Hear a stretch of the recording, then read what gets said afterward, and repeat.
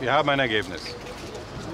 Wir haben heute beschlossen im Rat der europäischen Innenminister 120.000 Schutzbedürftige, insbesondere aus Italien und Griechenland, auf europäische Staaten zu verteilen. Auch Deutschland wird sich daran beteiligen, in einer Größenordnung von etwas über 30.000 Personen. Das tun wir aus Solidarität und Verantwortung, aber auch aus eigenem Interesse. Im Moment kommen eher 50% derer, die in Griechenland ankommen, nach Deutschland. Mit einer Quote von 26% würden dann von dieser Gruppe weniger kommen. Für den Fall, dass in bestimmten Ländern eine besondere Notsituation ist durch den Zugang von Migranten, dann können 54.000 der 120.000 auch von anderen Ländern verteilt werden. Darüber ist lange verhandelt worden. Das sind dann Positionen, die nicht von Griechenland und Italien die Menschen kommen, sondern von anderen Staaten. Das könnte auch Deutschland sein und wäre insoweit auch eine zusätzliche Entlastung.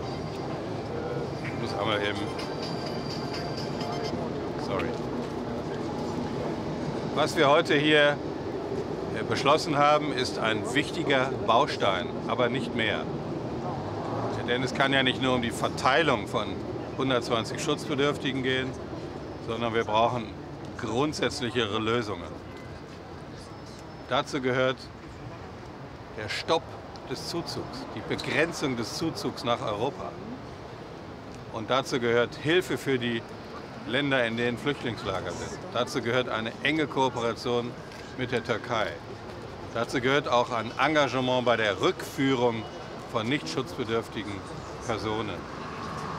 Aus deutscher Sicht ist besonders wichtig auch die Vermeidung von Sekundärmigration. Das bedeutet, wenn Menschen in Europa verteilt sind, dann können sie sich nicht aussuchen, in welches Land sie gehen, sondern dann haben sie in dem Land zu bleiben, in das sie verteilt worden sind. Wir haben heute beschlossen, wenn sie sich nicht daran halten, dann können sie unverzüglich zurückgeschickt werden in das Land, in das sie verteilt worden sind. Und die Länder verpflichten sich, die Menschen dann auch zurückzunehmen. Wir stellen uns unserer humanitären Verantwortung, aber auch die Aufnahmefähigkeit Europas hat Grenzen. Und das wird dann die Aufgabe der nächsten Schritte sein. Heute ist ein erster Schritt gegangen, weitere werden und müssen folgen. Nous voulions pour ce Conseil Justice-Affaires intérieures une décision qui témoigne de la capacité de l'Europe à prendre ses responsabilités et à progresser. Nous voulions une décision qui repose sur un équilibre entre humanité, générosité, responsabilité et fermeté. Parce que comme vient de le dire mon collègue et ami Thomas de Maizière à l'instant, ce que nous faisons en matière d'accueil des réfugiés collectivement n'a de soutenabilité que dès lors que nous sommes capables d'assurer le contrôle des frontières extérieures de l'Union européenne et dès lors que nous sommes capables aussi de mettre en place rapidement les hotspots que nous avons appelés de nos voeux la France et l'Allemagne et dont nous devons nous réjouir que dans la décision qui vient d'être adoptée, le cahier des charges concernant leur mise en œuvre soit précisé. Il s'agit de mettre en place de véritables centres d'accueil et de contrôle des frontières extérieures de l'Union européenne. Ces centres doivent permettre l'enregistrement des réfugiés et la rétention de ces derniers jusqu'à cet enregistrement, mais aussi doit permettre la reconduite à la frontière de ceux qui relèvent de l'immigration économique irrégulière vers les pays d'origine. Et c'est la raison pour laquelle nous insistons sur la nécessité de mettre en œuvre désormais ces conventions de retour avec les pays de provenance et nous souhaitons que le mandat qui a été confié à la haute représentante puisse se mettre en œuvre dans les meilleurs délais. Il n'y a pas encore une fois de possibilité d'assurer l'accueil dans des conditions qui correspondent aux standards européens des réfugiés s'il n'y a pas une maîtrise des flux. Et c'est dans cet équilibre que la France et l'Allemagne se sont engagées. Les décisions d'aujourd'hui ne concernent pas simplement la relocalisation de 120 000 réfugiés entre les pays de l'Union européenne, elle concerne aussi les modalités de mise en œuvre de cet équilibre entre générosité, humanité et fermeté, parce que sans cet équilibre, il n'y aura pas de possibilité pour l'Europe de faire face au contexte migratoire. Et je rejoins tout à fait les propos qui viennent d'être tenus par Thomas de Maizière sur le fait que l'Europe ne peut pas accueillir l'ensemble de ceux qui sont aujourd'hui dans les camps de réfugiés. Et il y a, de ce point de vue-là, un travail important à faire avec la Turquie, avec la Jordanie, avec le Liban. Il y a une mobilisation très forte du HCR que nous soutenons, la France et l'Allemagne. Et si le Conseil JAI d'aujourd'hui n'est pas la fin de l'histoire qui nous lie face à la situation migratoire, elle constitue incontestablement, cette décision prise par le Conseil JAI, une étape importante qui en appelle d'autres, concernant notamment le contrôle de nos frontières et le dialogue avec les pays de provenance. Herr Minister, wie kam es zu der Abstimmung mit qualifizierter Mehrheit? Wer hat den Vorschlag gemacht? Die Entscheidung ist nicht einstimmig gegangen, sondern mit qualifizierter Mehrheit. Der Vorsitzende, der luxemburgische Außenminister und Migrationsminister, hat nach Gegenstimmen gefragt und das wird dann mitgeteilt werden, wer dagegen gestimmt hat. Für uns war sehr wichtig und wir haben hart daran gearbeitet, Bernard und ich, dass Polen dabei ist. Polen ist bei der Zustimmung dabei. Das ist für uns, für unser Verhältnis und für die Solidarität in Europa ein sehr wichtiger Punkt und dafür sind wir gerade unseren polnischen Freunden sehr dankbar. Dennoch bleibt ja der osteuropäische gegnerische Block relativ hart.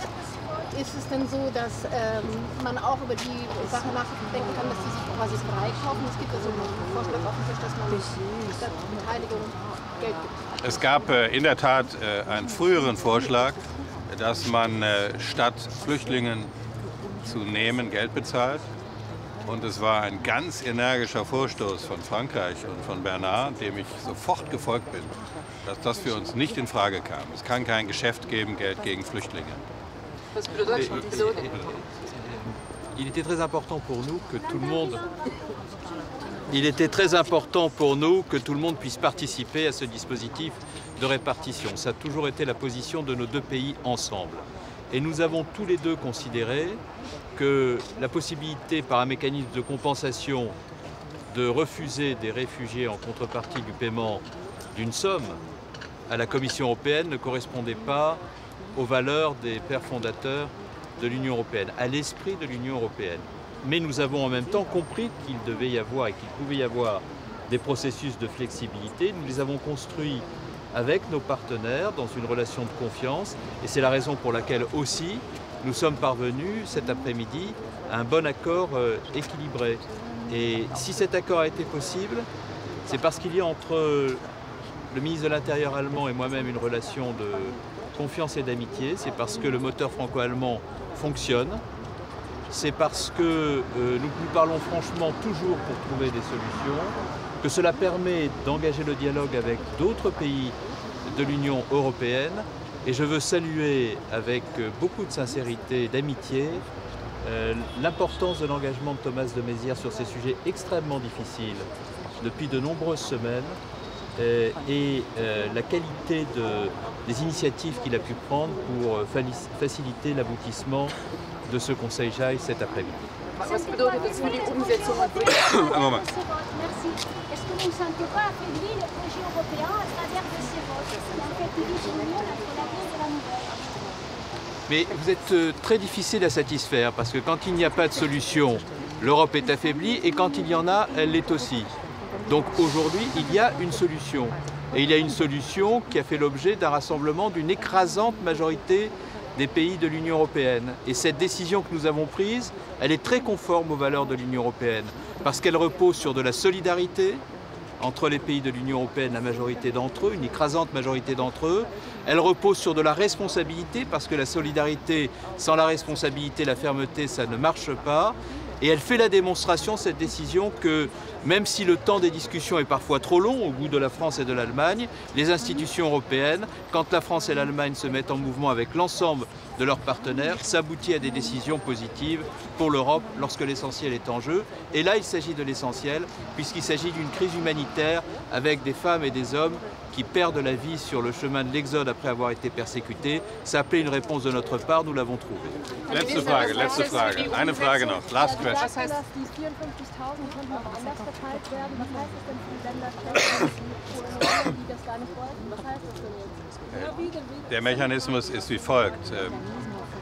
Für 54.000 innerhalb der 120.000, die verteilt werden können, besteht die Möglichkeit, dass entweder die Kommission oder ein einzelnes Land beantragen kann, dass aus diesem Land heraus Flüchtlinge in andere europäische Staaten verteilt werden können. Das können alle Staaten in Anspruch nehmen, nicht nur Griechenland und Italien, als diejenigen, wo eine besondere Not herrscht, und also auch Deutschland. Ob wir das tun, ist eine andere Frage. Vielen Dank. So.